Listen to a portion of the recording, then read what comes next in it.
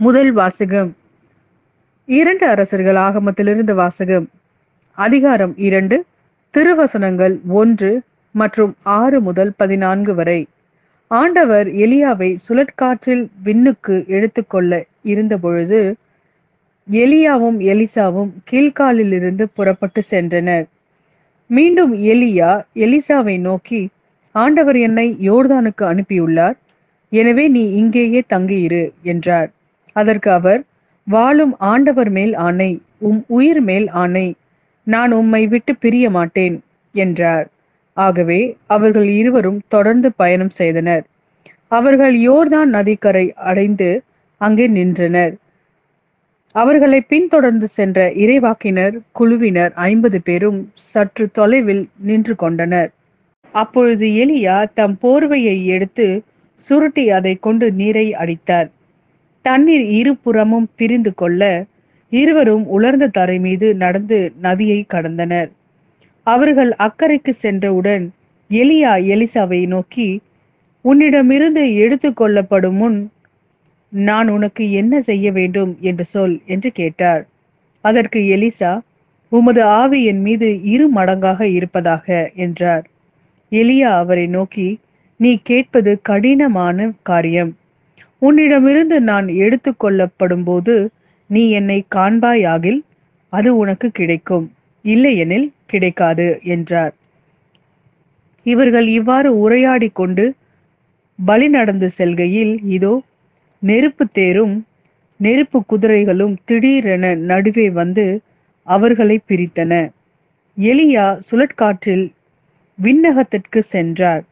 Elisha அதை கண்டு, என் தந்தாய், என் தந்தாய், இஸ்ரேலின் தேரே, அந்த தேரின் பாகனே என்று கதறினார்.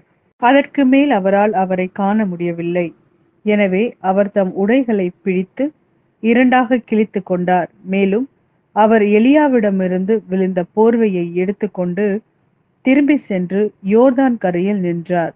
பின்பு அவர், எலியாவின் கடவுளாகிய ஆண்டவர் எங்கே இருக்கிறார் என்று சொல்லிக்கொண்டே எலியாவிடமிருந்து விழுந்த போர்வையினால் தண்ணீரை அடித்தார். அப்படி அடித்தவுடன் தண்ணீர் 2ஆக பிரிய எலிசா அக்கறைக்கு சென்றார். இது ஆண்டவரின் அருள்வாக்கு. இறைவா, உமக்கு நன்றி. மத்தேயு எழுதிய நற்செய்தியிலிருந்து வாசகம். அதிகாரம் 6, திருவசனங்கள் 1 முதல் 6 வரை. மக்கள் பார்க்க வேண்டும் என்று அவர்கள் முன் உங்கள் அறச்செயல்களை செய்யாதீர்கள். இதை குறித்து நீங்கள் எச்சரிக்கையாயிருங்கள். இல்லையென்றால் உங்கள் விண்ணக தந்தையிடமிருந்து உங்களுக்கு கைமாறு கிடைக்காது. நீங்கள் தர்மம் செய்யும்போது உங்களை பற்றி தம்பட்டம் அடிக்காதீர்கள். வெளிவேடக்காரர் மக்கள் புகழ வேண்டும் என்று தொழுகை கூடங்களிலும் சந்துகளிலும் நின்று அவ்வாறு செய்வர். அவர்கள் தங்களுக்குரிய கைமாறு பெற்றுவிட்டார்கள் என உறுதியாக உங்களுக்கு சொல்கிறேன். நீங்கள் தர்மம் செய்யும் பொழுது உங்கள் வலக்கை செய்வது இடக்கைக்கு தெரியாதிருக்கட்டும். அப்பொழுது நீங்கள் செய்யும் தர்மம் மறைவாய் இருக்கும். மறைவாய் உள்ளதை காணும் உங்கள் தந்தையும் உங்களுக்கு கைமாறு அளிப்பார். நீங்கள் இறைவனிடம் வேண்டும் பொழுது வெளிவேடக்காரரை போல் இருக்க வேண்டாம்.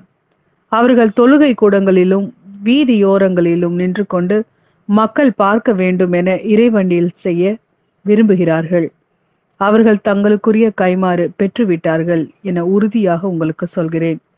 ஆனால் நீங்கள் இறைவனிடம் வேண்டும் பொழுது உங்கள் உள்ளறைக்கு சென்று கதவை அடைத்து கொண்டு மறைவாய் உள்ள உங்கள் தந்தையை நோக்கி வேண்டுங்கள். மறைவாய் உள்ளத்தை காணும் உங்கள் தந்தையும் உங்களுக்கு கைமாறு அளிப்பார்.